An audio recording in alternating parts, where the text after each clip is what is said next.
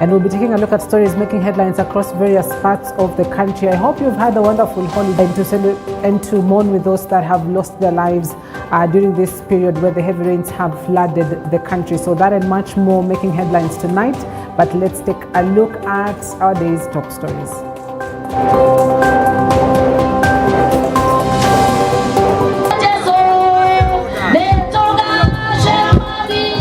13 victims of the Mai Mahiu tragedy buried, emotions running high across the village.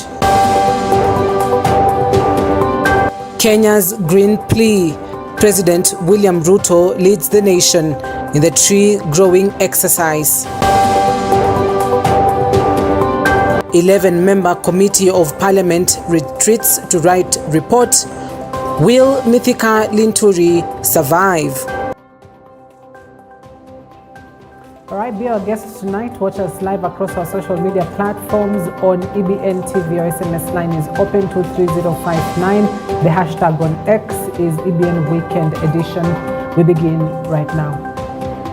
Kenyans on Friday marked the recently gazetted holiday of the National Tree Growing Day to remember those who died of floods occasioned by the recent heavy rains, coupled up with planting trees, which is important in the fight against climate change. Different leaders took part in the exercise across the 47 counties, encouraging Kenyans to take part. Our reporter Dr. Nganyi kicks off our bulletin for us tonight with that report. Leaders from the president to cabinet secretaries, governors and senators led Kenyans in a tree planting exercise. The president was in Kiambicho, Murang'a County and encouraged tree planting so as to reduce climate change and has asked those who live beside rivers and water sources to vacate those areas. Na hiyo kupanda miti ndio itatusaidia kuzuia mambo ya mafuriko na mambo ya kiangazi. Tumekubaliana kama taifa ya kwamba tunataka kuongeza ile sehemu iko na misitu Kenya kutoka 12% mpaka 30% ya Kenya iwe na misitu. Interior CS Kithure Kindiki was in Marsabit while his transport counterpart Kipchumba Murkomen was in Migori and CS of Public Service Moses Kuria was in Siaya. Iwe ni siku ya kuhifadhi mazingira huku tukiwakumbuka wenzetu zaidi ya 257 ambao wamepoteza maisha yao kwa sababu ya mafuriko na kuharibika kwa miundo msingi kwa sababu ya mvua kubwa ambayo imenyesha. Na hiyo mvua kulingana na wataalamu imenyesha kwa fujo na kwa kisirani kwa sababu ya uharibifu wa mazingira. Miti kwa muda ambayo ina account kwa ile kazi amewacha yenye angekuwa anafanya ofisi. Ningekuwa ofisi za hizi ningekuwa nasoma. Lakini sasa kwa sababu tumekuja hapa mashinani lazima tushikane pamoja. Tumeambiwa kwamba miti yenye iko hapa Gembe Hills ambayo miti 1100 inamaanisha sisi wenye tuko hapa wote ikiwa pamoja kama maaskari wenye tuko pamoja tuko karibu watu 1000. Na kitu ya pili ni kujiuliza hii maneno yote ya mafuriko, hii shida yote ni kwa nini? Na ndio tumekuja hapa leo katika hii shughuli ya kupanda miti. Manake tusipochunga mazingira itatuchapa kiboko. Trans Nzoia Governor George Natembeya and Education CS Ezekiel Machogu also led the exercise in Trans Nzoia, and Forestry PS Gitonga Mugambi was in Vihiga. We are very busy, as you can see behind me, with people, listeners from this place, who have turned in now in big numbers, and as of now, we have been able to plant 10,000 seedlings. The tree planting was carried out as part of the government goal of planting 15 billion trees by 2032 and push the forest cover to 30% from where it stands at 12.13%. Last year, on 13th November, the country had also another tree planting holiday where we planted about 150 million trees, of which 10 million were recorded on the Jaza Miti app. The tree planting exercise will be instrumental in mitigating the deforestation and climate crisis. This comes even as Utamaduni Day, which happens on 10th October, was changed to Mazingira Day. Dr. Ngani reporting for EBN TV. Now, as authorities continue with the search of 37 people who are missing following the flash floods that occurred in Mai Mahiu, 13 of the people that lost their lives were buried on Friday. The emotional burial ceremony that was attended by the Naivasha Member of Parliament, Jane Kihara, depicted the pain that was forced upon the families by the calamity. The government has promised to stand by the families and help resettle them as they look to start their lives afresh. Emmanuel Marwa reports. Emotions ran high in Mai Mahiu, Naivasha. 13 of the 61 people who died last week following the dam tragedy were laid to rest. Tears flowed freely as relatives and friends tried to come to terms with the death of their kin, with that 7 people still missing after the incident. I want to say, in this difficult time, may God hold you close to his heart.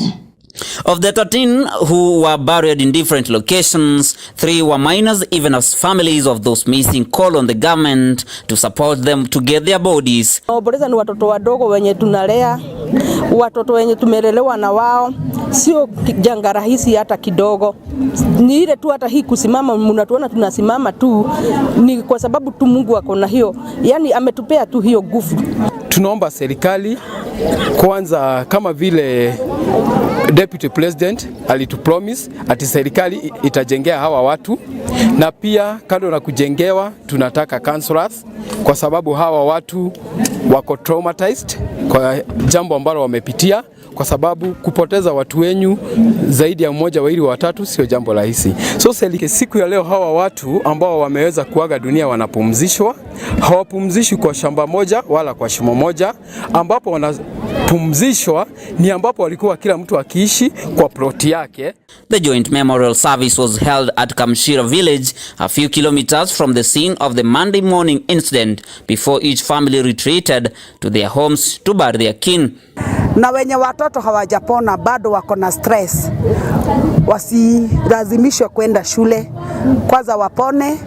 Na ningeomba hata walimu wakuu wa shule, walimu wa shule pia wao, isiwe ni lazima mtoto waingie shule. The service came a day after the DP Rigathi Gachagua led leaders in a requiem mass where each of the affected families received between 150,000 and 200,000 as a burial expenses. Naivasha MP Jane Kihara, who was at the event, reiterated that the government will continue to stand with the affected families as they started to rebuild their homes. An emotional Kihara said that the tragedy had taken a toll on her as she tried to come to terms with the deaths of so many people, including 15 minors. Mimi nilisema tutavuja kamati kwanza, na tuseme pia sisi tuko na bahati kwa sababu tuko na mili tutazika. Najua kuna wale bado hawajapata wapendwa wao. Kwa hivyo tulisema tutavuja komiti, lakini tutaendelea.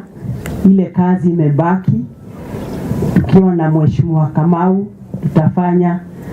Deputy President alitupa pesa ya kuchunga wale watoto ambao wako shule walibaki ama manusura, lakini Mungu aliwasaidia. Ndio kama ofisi yangu tukasema tutawalipia school fees. Emmanuel Marwa reporting for EBN TV at 9. He loved us but encouraged us to always believe in our potential. Right, indeed, and we do condole with the families that have lost their loved ones in that tragedy. More are still yet to be buried, and we'll be keeping tabs with that. Now, 2 people survived death after a 2-story building collapsed in Kandui area of Bungoma County earlier on Friday. The building was set to be demolished for the expansion of the Masinde Muliro Stadium, which will host the Madaraka Day celebrations. Our reporter Duncan Koba from Bungoma County reports on the tragic events on Friday. In the break of dawn, casual laborers proceeded to their daily activities, some at the site of usual, looking for scrap metals. What they didn't know was that the danger ahead staring right before their eyes at the marked building for demolition around Masinde Muliro Stadium at Kandui.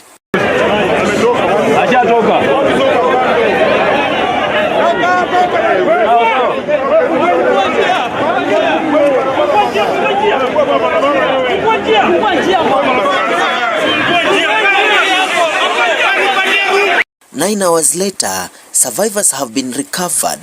According to Western Region Commander Irungu Macharia, confirms that the two people were rescued from the debris and were taken to the hospital. Wale ambao walikuwa naonekana, tulikuwa naona watatu, wawili tayari washaokolewa, alafu mmoja bado ndiye yuko ndani pale, ambao wanaonekana ndio unasikia mashini inakata, tunajaribu kuwaokoa. Tumeleta motaje timu hapa, tumeleta mpaka wataalamu wa mijengo, tumelete mainjinia ambao wamekuja ndio wao wanatumika kukata.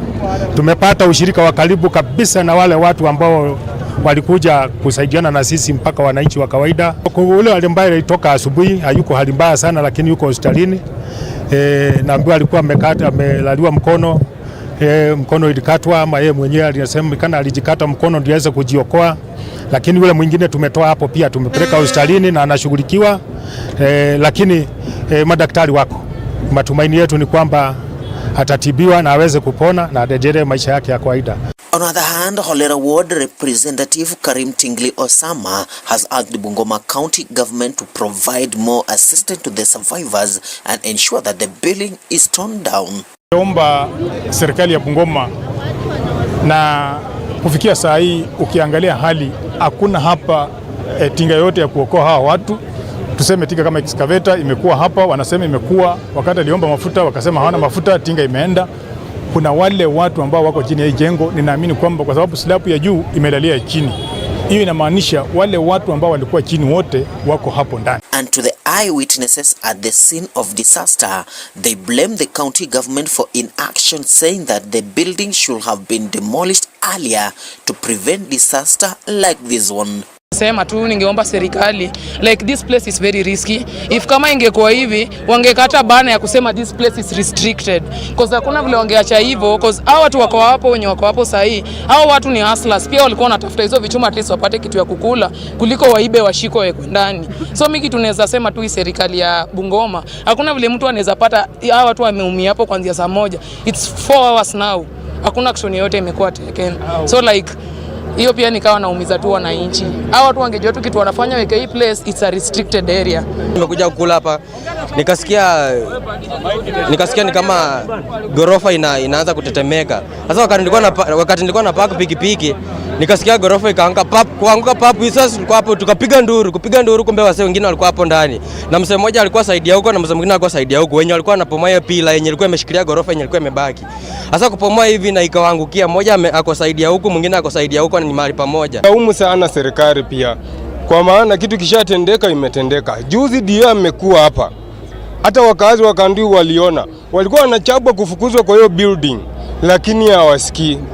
Dio alikuwa anawaambia hii kitu inaweza waangukia, mutoke, lakini akifukuzwa wakienda hii side wanarudi hii side, wakienda hii side wanarudi hii side. Tunaelewa sasa maisha ni ngumu, lakini ukiona building kama hii, we mwenyewe uache kuriski maisha yako. Kwanza kitu ya kwanza, penda maisha yako. Unaangalia kitu imeinama, imebendi hivi, we ni mtu wa akili, unaenda pale kukata. Hii ni utajiri ya siku moja.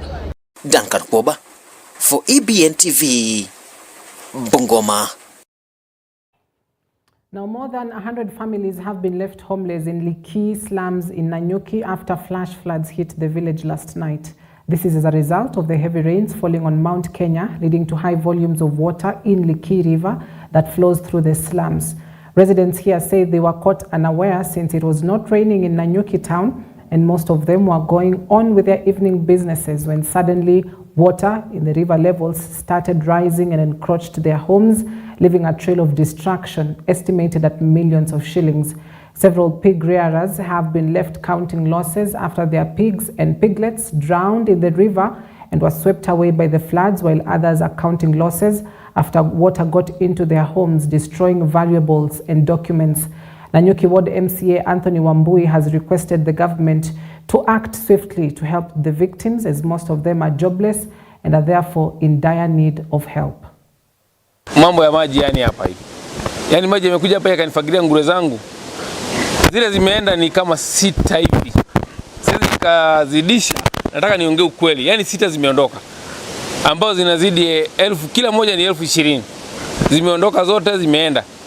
Hawa wengine sijui kama wakapata limuni ama wako vipi. Sijajua. Mazingira sijui ambavyo yalivyo.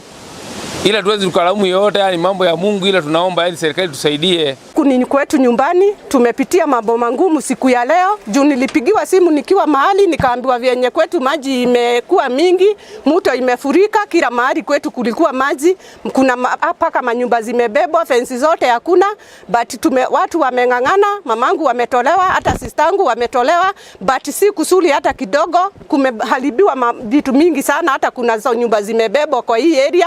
So sijui, hata tumepitia mambo mangumu, tumekuja tukakuta si kusudi hata kidogo. Leo tumeweza kupata mafuriko ambayo ilikuwa ni ya ghafla.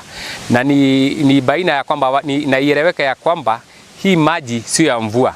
Tuko na siku kama 3 hapa Liki ama Nanyuki hatujaweza kupata mvua. Leo watu walikuwa katika shughuli zao, wamerudi katika mabiashara, wamerudi kwenda kufanyia watoto wao shopping.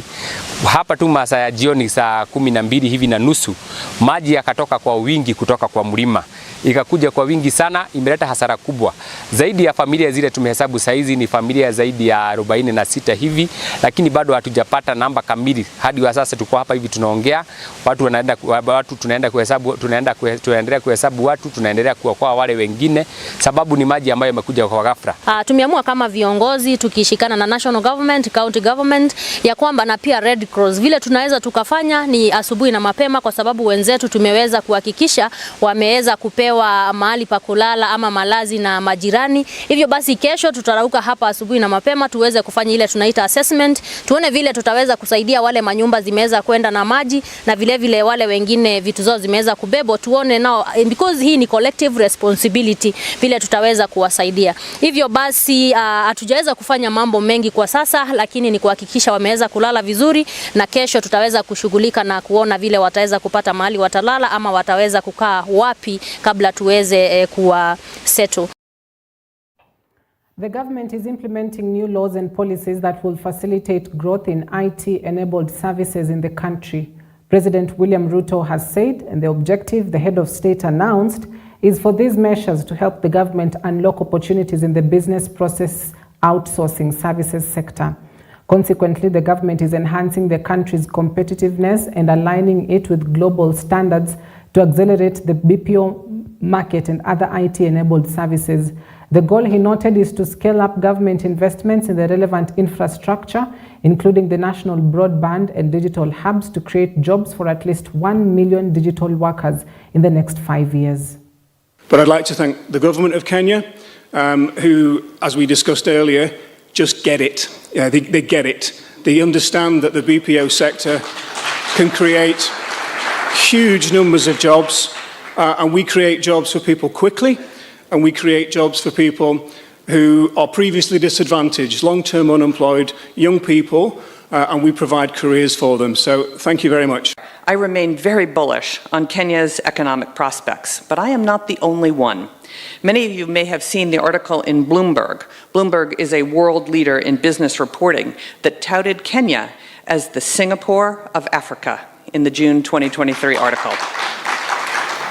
And the Economist Intelligence Unit just listed Kenya as among the very best places for doing business in 2024, one of only 2 African countries that made their lists of prospects. The young people that are working on the computers behind us here are among the ones I have been telling Kenyans, tutafinya computer?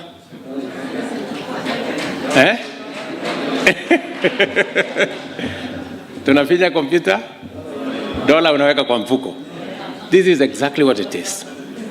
And I know there was a Taptengele situation somewhere.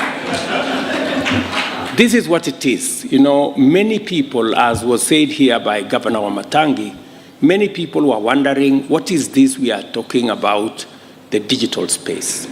and working with all the infrastructure we are trying to put in place. The single most and urgent challenge we have as a nation is millions of young people out of school, out of college, out of university, and they don't have an opportunity to work. And especially when they are hardworking, professional, efficient people of integrity. It weighs very heavily on me when you see thousands, hundreds of thousands, possibly millions of young people who, with talent, with energy, with knowledge, with skills, and yet they lack an opportunity to deploy those skills for the growth of our economy and for making their lives better. Agriculture Cabinet Secretary Mithika Linturi is pleading with the 11-member committee to save him from impeachment, saying allegations leveled against him in relation to the fake fertilizer scandal have not been substantiated. Linturi, who put up a spirited fight in his closing remarks on Friday, the last day of the hearing, said it was unfortunate that the session had been turned into prosecuting his failed love life and had nothing to do with the alleged fake fertilizer. Bumula Member of Parliament Jack Wamboka, the move of the motion was dealt a blow after his application to the 11-member Select Committee to summon the Agriculture Principal Secretary Kiprono Rono and the KEL Chemicals Chief Operating Officer Devish Patel was denied. I'm saying there is zero room in Article 152 for lynching, for crucifying him, or for starting a chorus. You know, the problem with democracy, Honorable Chair, and why it is always at loggerheads with justice, is in democracy, you start a chorus. Like before Pontius Pilate, crucify him, crucify him. If you go to any other democratic setting, like on the floor of the House, Linturi must go, Linturi must go. That's democracy, but it's not justice. And that's why this committee exists, to now walk that tight balance, because both democracy and justice are values in our Constitution, and I dare say, Honorable Chair, our Constitution has already decreed if there is a tension between democracy and justice, it is justice that prevails. That is why the right to a fair trial is absolute. When you read our Article 25, it says one of the rights that cannot be limited, not even by Parliament, not even by His Excellency the President, not even during war, not even during a state of emergency. The right to justice is absolute. Those are not my words. It is the words of our Constitution. Honorable members, again, having said this, what is next for this committee? From here, we embark on the report writing exercise as required under Article 152(7) of the Constitution. We shall be retreating from today to begin report writing. As you are aware, we are required to table our report to the House by Monday, 13th May 2024. It will therefore be a working weekend for all of us. Honorable members, in this regard, allow me now to conclude by noting that we shall analyze each and every evidence that was submitted to this committee by all parties and make our findings in accordance with the requirements of Article 152(9) of the Constitution. A somber mood engulfed in Kabiruini village in Gishugu, Kirinyaga County, as family and friends gathered to bid farewell to 29-year-old Maureen Wangui and her 5-year-old daughter who died last week after jumping into River Nyamindi. Family and friends eulogized the nutritionist as a jovial and hardworking girl who was battling mental issues that led to depression and later suicide. The family said that the 29-year-old had been battling depression due to unemployment and the ailing daughter, and was in and out of hospital being treated for depression. The family further said that the deceased had moved to her grandmother's home away from her parents who lived in Embu, and had already made plans to enroll her 5-year-old daughter to school, and was mooting a plan to start a business. Mourners at the burial urged the government to address the issues of unemployment, which have been the cause of many youths getting depressed and finally dying by suicide.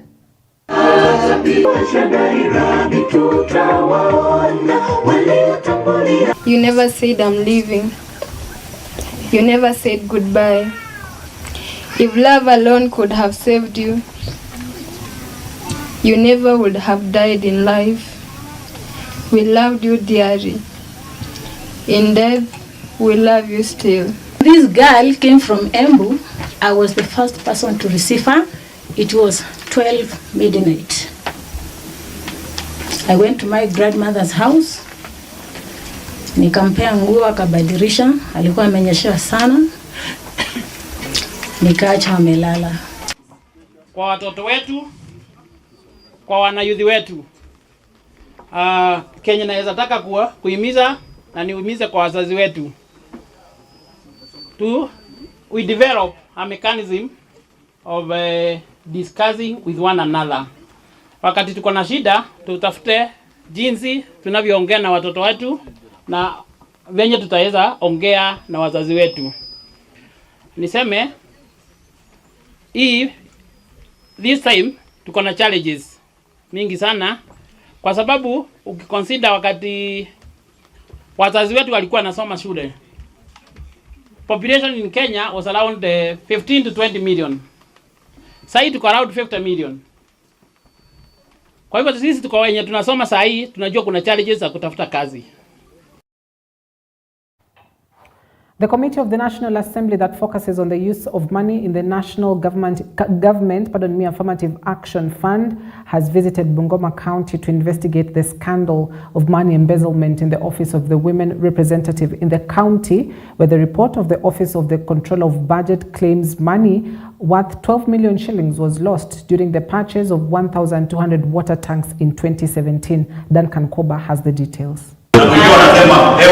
The committee, led by its chair, Member of Parliament from Mwingi Central, Gideon Mulunge, is dissatisfied with the evidence given by those affected by the water tanks, saying that the committee is conducting a detailed investigation to get into the bottom of the issue.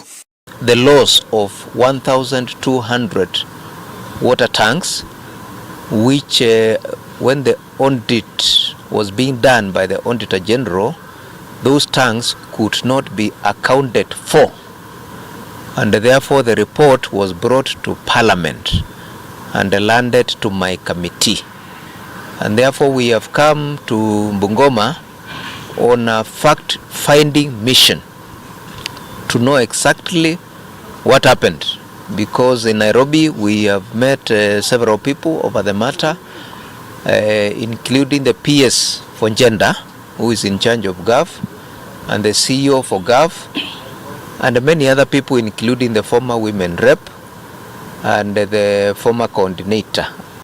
According to the report of the Controller of Budget, Margaret Nyakango, there are no supporting documents to show how the Office of Women Representative in 2017, under the then MP Reginalda Wanyonyi, spent 12 million shillings to purchase 1,200 water tanks, to the Controller of Budget claiming that the money was wasted.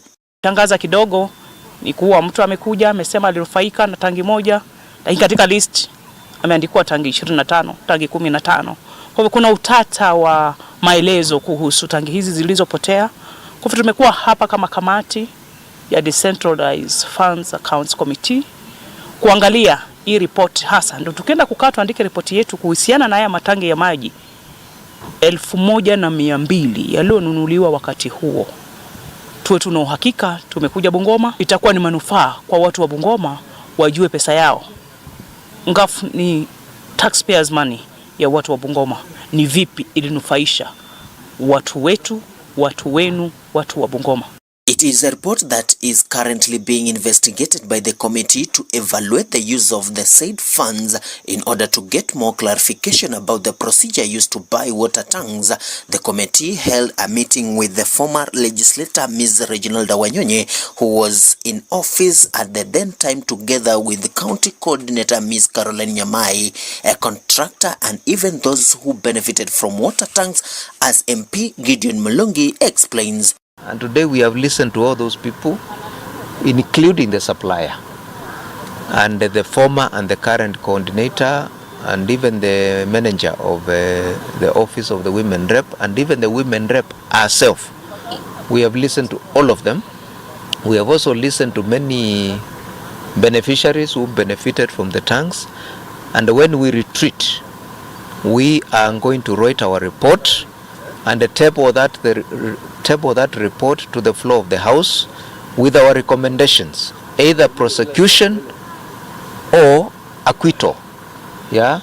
So we are from here. We are going to see where the tanks were being stored, and we are also going to see where the tanks were being distributed at Kandui Stadium, so that we can leave Bungoma with a conclusive answer. The committee expressed their doubts over a report gathered, saying that it is continuing to investigate and the report will be presented in the parliament to determine the fate of the parties suspected to be involved in the saga. And when we find that there are doubts or evidence of satisfying us that the responses given are adequately and that goes in line with the resources that are given, we have to come down on the ground. Because an overview has been given, I want to mention on the talking points, on the learning lessons that we've established as a committee. One, I would encourage all the elected leaders that we have to be really serious in checking and following up that services from the proposals are truly implemented. Duncan Kwaba for EBN TV, Bungoma. Now, finalization of transfer of functions and assets to devolved units as directed by the 10th Summit took place in Kilifi County. The exercise was carried out in conjunction with the Kilifi County government. Our reporter, Dr. Ngani, with the details. Kilifi Governor Gideon Mung'aro has lauded efforts by Intergovernmental Relations Technical Committee, IGRTC, in its effort to implement the 10th Summit resolution to finalize on the transfer of devolved functions and assets that are assigned to devolved units. A program that had stalled for over 10 years in the implementation of devolution in the country. Tunashukuru sana kwa hii kamati ambayo mnajua iliundwa ya kuhakikisha kwamba inadumisha uhusiano mwema baina ya serikali kuu na serikali za kaunti. Tulipoingia katika kaunti 2022 tulipata kwamba kuna hizi gaps sana. Kilifi County becomes one of the first counties to receive valuation reports on land, buildings and motor vehicles, which he says will enable the county to clean its asset register to safeguard county properties that have been attracting land grabbers, which include the county social service and veterinary land at a cost of 700 million, where the county was forced to demolish illegal structures by individuals purporting to have ownership documents. Kwa sababu nafikiri kulikuwa na maneno mingi sana wakati nilivunja zile nyumba za social services. Sasa zile ploti leo ambazo zimeletwa, moja ni ile ya social services. Na niliambia umma na narudia tena kwamba hiyo ploti ni ya umma na mtu yote anasema hapo na makaratasi, hiyo ni fake. Already the county plans to construct new county headquarters at a cost of 250 million, which will centralize service delivery to citizens. Kilifi County has a total of 1,228 public land that ought to be transferred to the county government. Many of that has been grabbed or encroached by squatters, which the governor says they are closely working with other government agencies to ensure that all the listed land is secured to serve public interest. The county now embarks on processes to change ownership of the assets with a multi-agency team and undertake development projects in the transferred land parcels. The governor, however, says it's unfortunate that some vehicles were missing in the asset register even during recent valuation exercise, which the county will seek to establish and find out on the missing vehicles. Mkitaka kuangalia leo na kesho mtaona advert ya Kilifi County Headquarters. We have set aside 275 million out of the 500 million and we are ready to go. IGRT CEO Dr. Kipkurui Chakwoni says the committee, together with the State Department of Devolution, are currently finalizing on the valuation and transfer of assets belonging to defunct local authorities and devolved functions to counties, as well as unbundling and transfer of all devolved functions as directed by the summit, which aims at deepening devolution for better service delivery at the grassroots. And we are here today to hand over two assets. One is the motor vehicles and movable assets to Kilifi County government, which were items or assets which were identified from the defunct local authority, from the devolved functions.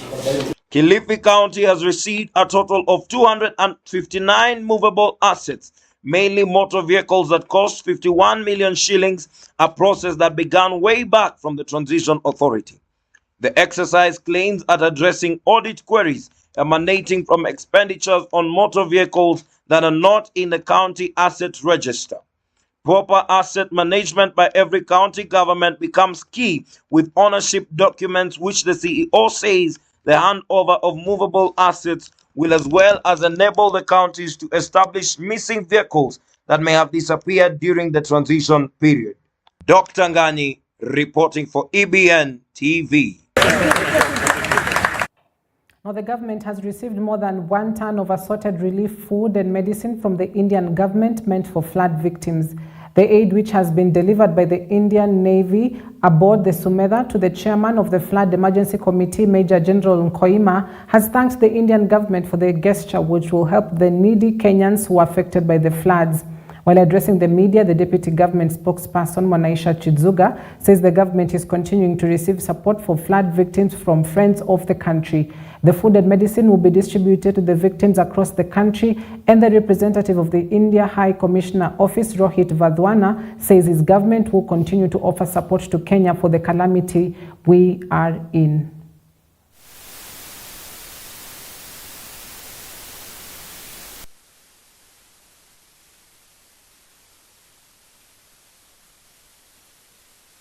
Mchango huu wa miongoni mwa our development partners, washirika wetu kutoka mataifa ya kigeni, ni michango ambayo sisi kama serikali ya Kenya tunaichukulia kwa hadhi ya juu. Maana wametikia mwito ya kwamba tunahitaji usaidizi na wamejitolea na kufika mara moja kuwasaidia Wakenya. Hii ni ruzuku ya kwanza ambayo tumeipokea kutoka taifa la India. Ruzuku ya pili itakuja katika siku za hivi karibuni ambapo tutaweza kuzitangaza moja kwa moja kupitia vyombo vya habari. We are here to receive assistance from our brothers and sisters from India. And from where I come from, when it rains like this, it signifies that indeed it's a good day. And so it's a good day. Other than that, His Excellency the President declared the day a day to remember our colleagues, our loved ones who lost their lives due to the flooding. Our first responder, INS Sumedha, is here with medical and other food aid for those who are suffering from the calamities of flood. As today, Deputy President and the Government of Kenya has already declared the day for working together tirelessly in the spirit of brotherhood to help those who have suffered in this disaster. Well, all right, ladies and gentlemen, that is where we wrap it up tonight. Thank you for your wonderful company. I hope that you're up to date with what is making headlines across various parts of the country. And I hope that you enjoyed your holiday. We'll see you tomorrow, same time, same place, right here on EBN Weekend Edition. My name is Cynthia Nanjala. Have yourself a wonderful night.